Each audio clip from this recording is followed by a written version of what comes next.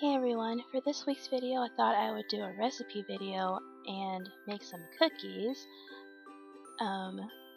I haven't done a recipe video in a while, but I was just making these cookies and I thought, why not? So I'm going to be making some butter cookies today. I'm actually going to be making them sugar-free, but you can use regular sugar if you like. I used to make these like years ago and I haven't made them in a really long time. My grandma used to make them all the time and they're just so good, and I just had to share with you. As you can see, there aren't that many ingredients, so it's not too hard to make. I got the recipe from a book that my great grandma used to have, and she gave it to my grandma.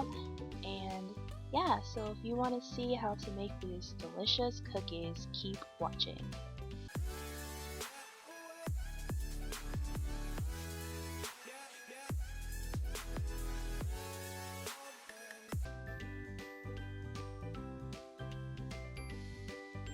So for this recipe, you're going to need a well-beaten egg, some flour. I'm using regular white flour. You can use whatever kind of flour you like, I'm pretty sure. And some sugar. I'm using Truvia. I'm making these cookies sugar-free, and any kind of sweetener you like would work. You're going to need 2 sticks of softened butter and some salt. And also there's some baking soda in the flour. The next thing you want to do is take your softened butter and put it in a mixer, and you want to cream the butter and the sugar together. And I am just taking a spatula and just like making sure that the sugar gets incorporated in there really well. And you want to add it slowly, and then just keep mixing it until it's all creamed together. If you want to add the salt, I forgot to add the salt.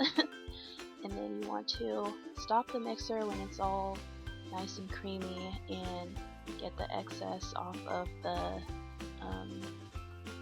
mixing blades. What are those called? The beaters. Yeah, you want to get the excess sugar, salt, butter mixture off of those beaters. The next thing you want to do is add your butter to your creamed mixture, and then mix that together until it's well incorporated. I do this next part by hand because it says to fold in the flour, so I'm just putting the flour in like little by little, and then I am going to take the spatula and just kind of like fold it into the creamed mixture, and I'm just going to keep doing that until all of the flour is mixed into. That's what it's looking like so far. It's kind of coming together as a dough, and I'm just going to keep doing that until everything is all mixed up and it forms a dough.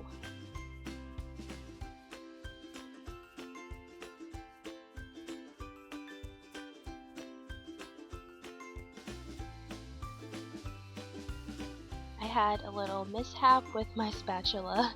It fell off of the handle, so I had to go get another one, and then I continued.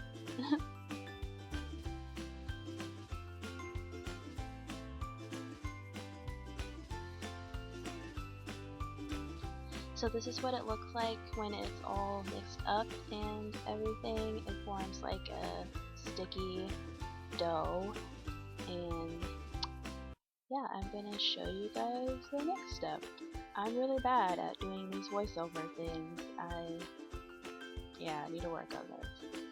The next thing you want to do is grab a couple pieces of wax paper, because you're gonna separate it into 2 loaves, and you want to take half of your cookie dough and put it on the wax paper.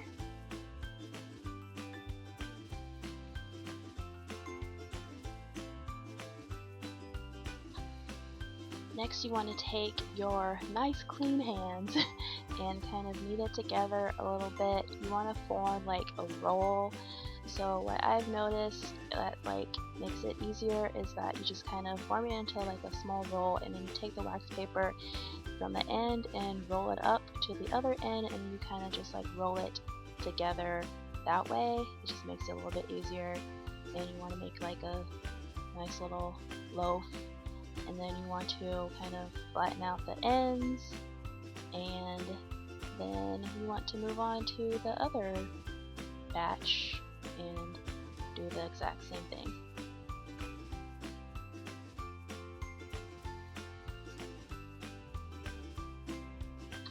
And then you want to take your cookie dough and place it in the refrigerator for an hour or two, just so it firms up and it's easy to cut.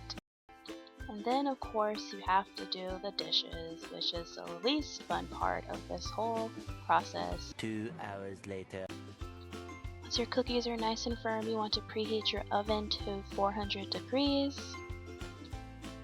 And then you want to spray your cookie sheets with some cooking spray or butter or whatever. Then you want to start slicing your cookies. You want to slice them pretty thin. Try to make them as thin as possible, but you know, not too thin where they fall apart. So maybe about like 1/4 of an inch thick or so. You'll get the hang of it once you start, you know, experimenting and doing it. And then you want to place them on your cookie sheet. So I'm just gonna go ahead and slice these up and transfer them.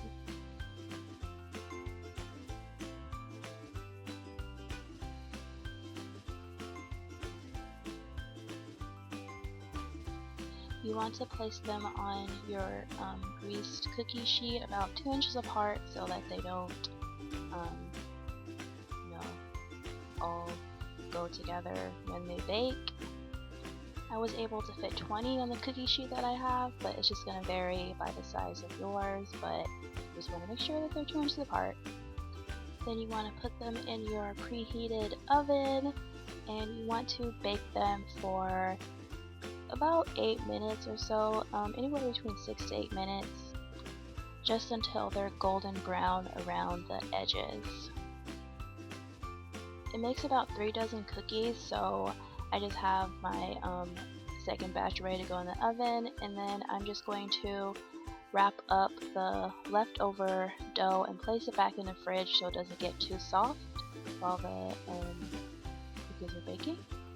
So here's what they look like when they come out of the oven. They were in there for about 6 or 7 minutes, and they're just golden brown around the edges. They're soft right now, but they'll get nice and crispy once they cool completely. So here they are, all nice and cooled down. You can just store them in like a Ziploc bag or like an airtight Tupperware container, and yeah, that's pretty much it. This is the first time I made them sugar-free, and it actually tastes really close to the regular one. They're like really sweet and buttery and so delicious. So I hope you guys enjoyed this video, and I will talk to you all later. Bye! So the first pair that I have, I'm not going in like order of when I got them or anything, but yeah, the first pair I have are these custom ears that I got from Etsy. If I can remember the shop, I will put the shop name of the